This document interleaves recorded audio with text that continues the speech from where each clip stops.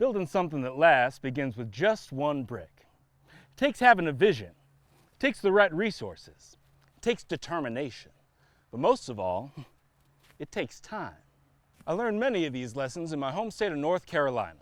I was born in Raleigh in 1917, and my first jobs were stone cutting and bricklaying. Now, it was hard work, all right, but in those days, you took what you could get. I could just feel it in my bones that there was something more out there for me, though.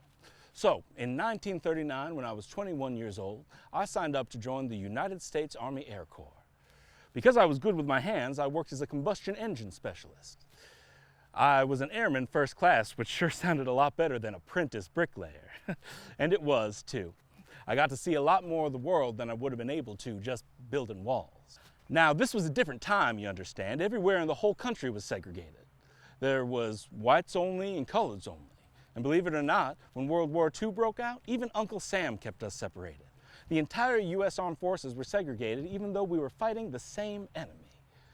Still, if it hadn't been for the military, I would never have made it to England in 1943, where I attended a motorcycle school and learned more engine skills. The English people, it pains me to say, treated us a lot better than we were treated at home. Even though they'd already been fighting the Nazis for 4 years and everything was rationed, food, clothes, gasoline, you name it. They were very generous to our boys over there. They even stood up for us when things got tough. In June of '43, there was a disturbance in a small town called Bamber Bridge in the north of England. A black GI was drinking at the Old Hob pub when he was arrested by a couple of white U.S. Army military police for the trivial offense of not wearing full uniform. Now, the way he was mistreated angered the locals. One of them even threw a bottle through the MP's Jeep window and a whole riot broke out. Now, it didn't end well, of course. One black GI was killed and several more were imprisoned or dishonorably discharged. The people of Bamber Bridge built a memorial garden across the street from the pub for the GI who was shot. 4 years later, there was a much bigger disturbance called D-Day. On June 6, 1944, my squadron, the 323rd Fighter Interceptor Squadron, was part of the invasion at Normandy. We eventually pushed through as far as Frankfurt in Germany. And when we were on troop rotation going back across the Atlantic, the word came through that the war was over. The Allies, through their vision, resources, and determination, had won. So I went back to my hometown and attended the Harris Barber College, where I learned the hairdressing trade.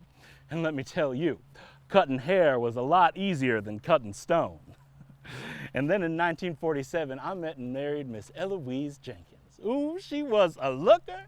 Beautiful high cheekbones, deep, soft brown eyes, and a long, graceful neck.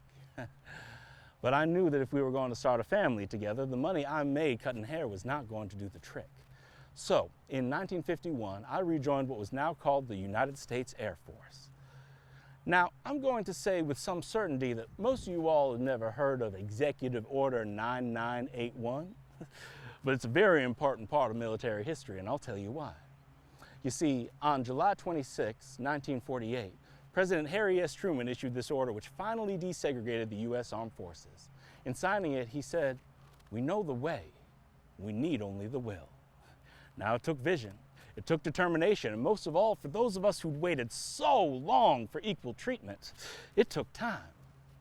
Now I had the same treatment and the same opportunity as every other member of the military, without regard, as Truman's executive order put it, to race, color, religion, or national origin. Now, these changes didn't come all at once, of course, and there was still a lot of resistance to black troops being on equal footing with our white comrades. But it was a step in the right direction, and eventually led to a black man, Lloyd Austin, becoming our current Secretary of Defense. I was stationed in Ellsworth Air Force Base in Goose Bay in Canada, and in 1954, the year after Secretary Austin was born, Eloise and I moved to Madison.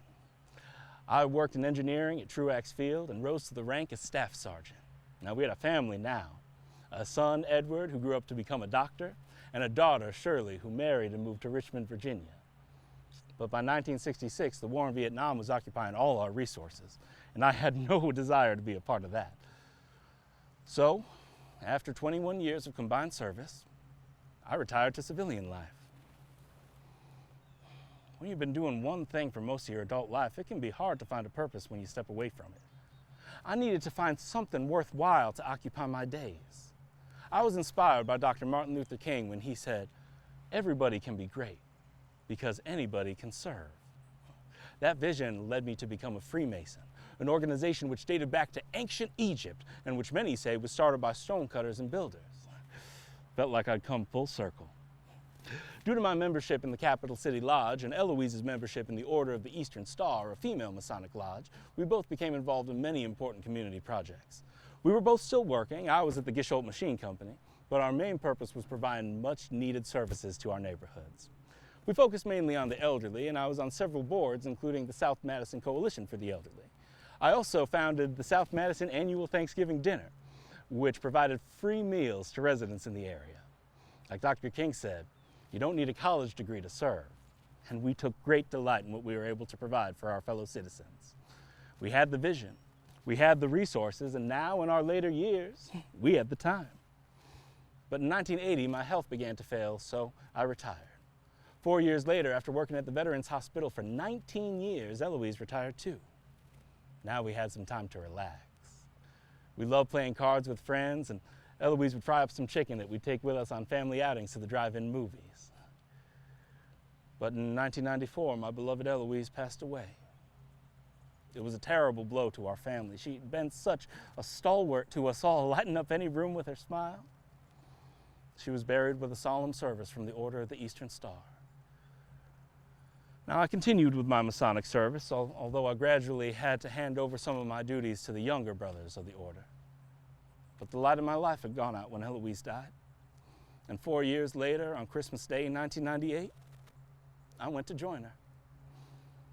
During our time on Earth, I'd like to think that we built something that will last.